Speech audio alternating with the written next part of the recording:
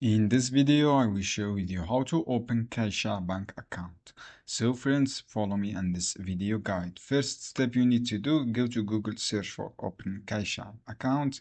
Click the first result here. As you can see here, you will see this page from here. Click open your account. After read all these conditions and then click become a customer here. So friends, this is the first step you need to do, become a customer.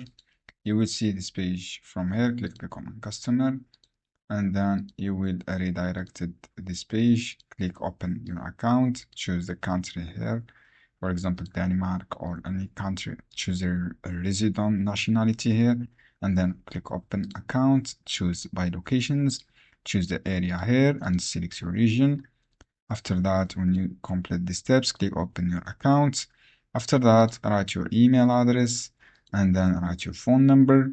After that, guys, when you write your all details, you should be upload your ID to verification your details, to verification your accounts, and then click financial data. Write your all details about your financials and then complete the signatures, this option, and then you will open your account successfully without any problem. So friends, this is how you can do. I hope this guide helpful for you.